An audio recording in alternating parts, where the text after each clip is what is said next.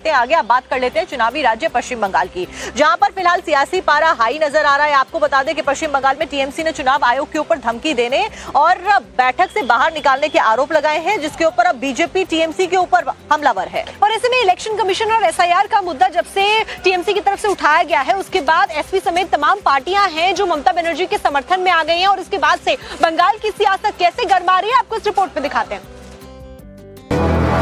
पश्चिम बंगाल की सत्ताधारी टीएमसी ने एसआईआर और चुनाव आयोग को बड़ा सियासी मुद्दा बना दिया है। सीएम ममता बनर्जी समेत पार्टी के तमाम नेता अपनी हर सभा और हर रैलियों में इलेक्शन कमीशन का मुद्दा उठा रहे हैं। बंगाल में एसआईआर प्रक्रिया के तहत 90 लाख वोटर कटने के बाद तो टीएमसी और भी आक्रामक हो गई है।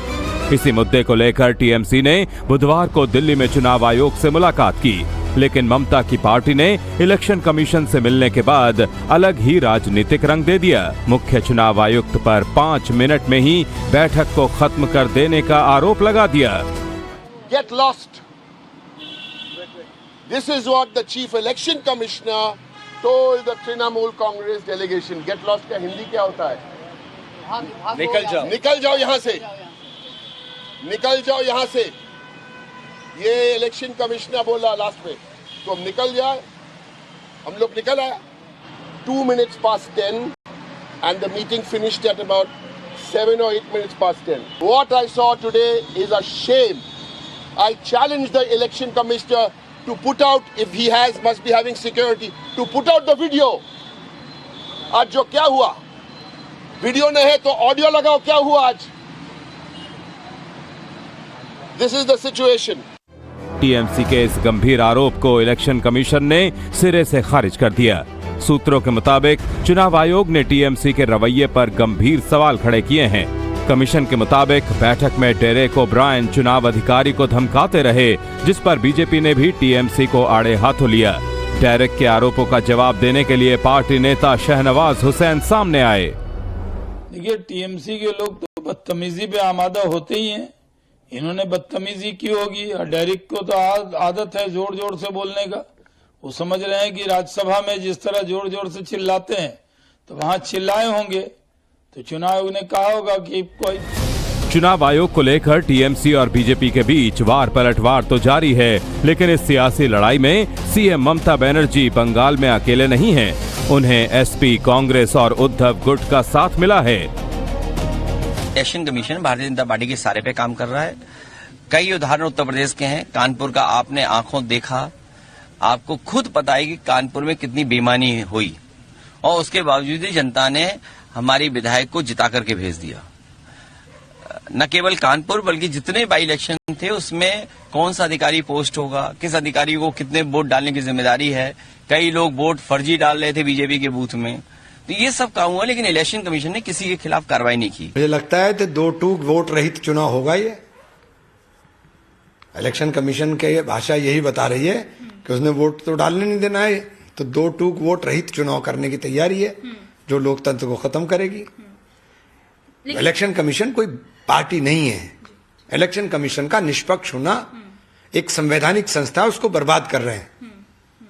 नैनेश कुमार चुनाव आयुक्त है, और ये जीत या जो भी निर्णय होगा वो नैनेश कुमार का होगा। नैनेश कुमार ने सुपारी ली है बीजेपी को जिताने की, और लगभग 1 करोड़ वोट, जिसमें 99% मुस्लिम वोटर्स है और वो अधिकृत वोटर है,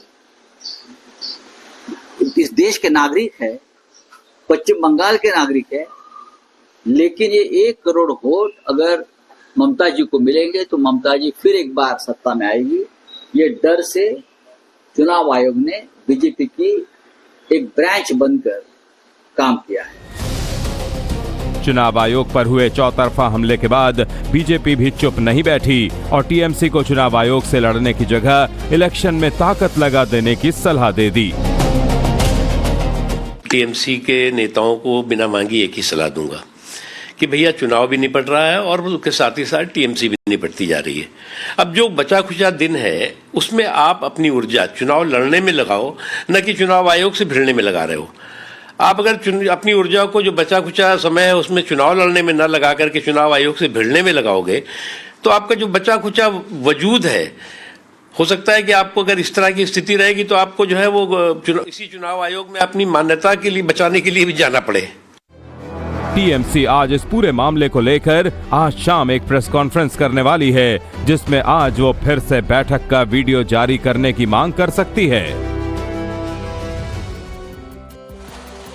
आगे आप बात कर लेते हैं चुनावी राज्य पश्चिम बंगाल की, जहां पर फिलहाल सियासी पारा हाई नजर आ रहा है। आपको बता दें कि पश्चिम बंगाल में टीएमसी ने चुनाव आयोग के ऊपर धमकी देने और बैठक से बाहर निकालने के आरोप लगाए हैं, जिसके ऊपर अब बीजेपी टीएमसी के ऊपर हमलावर है। और ऐसे में इलेक्शन कमीशन और एसआईआर का मुद्दा जब से टीएमसी की तरफ से उठाया गया है, उसके बाद एसपी समेत तमाम पार्टियां हैं जो ममता बनर्जी के समर्थन में आ गई हैं, और इसके बाद से बंगाल की सियासत कैसे गरमा रही है आपको इस रिपोर्ट में दिखाते हैं।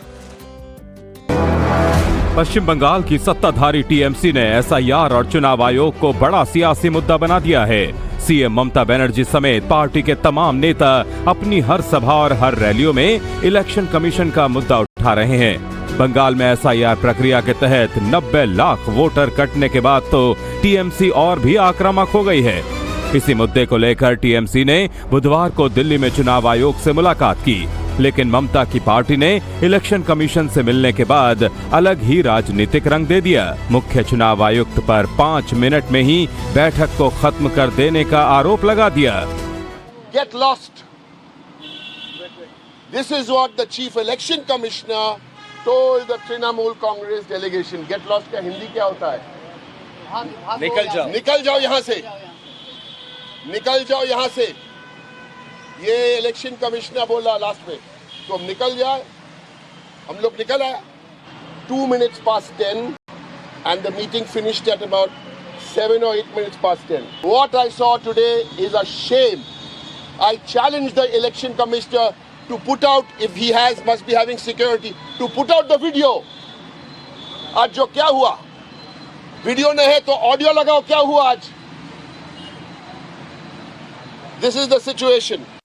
टीएमसी के इस गंभीर आरोप को इलेक्शन कमीशन ने सिरे से खारिज कर दिया। सूत्रों के मुताबिक चुनाव आयोग ने टीएमसी के रवैये पर गंभीर सवाल खड़े किए हैं। कमीशन के मुताबिक बैठक में डेरेक ओब्रायन चुनाव अधिकारी को धमकाते रहे, जिस पर बीजेपी ने भी टीएमसी को आड़े हाथों लिया। डेरेक के आरोपों का जवाब देने के लिए पार्टी नेता शहनवाज हुसैन सामने आए। देखिए, टीएमसी के लोग तो बदतमीजी पे आमादा होते ही हैं। इन्होंने बदतमीजी की होगी। डेरेक को तो आदत है जोर जोर से बोलने का। वो समझ रहे हैं कि राज्यसभा में जिस तरह जोर जोर से चिल्लाते हैं तो वहां चिल्लाए होंगे, तो चुनाव आयोग ने कहा होगा कि कोई।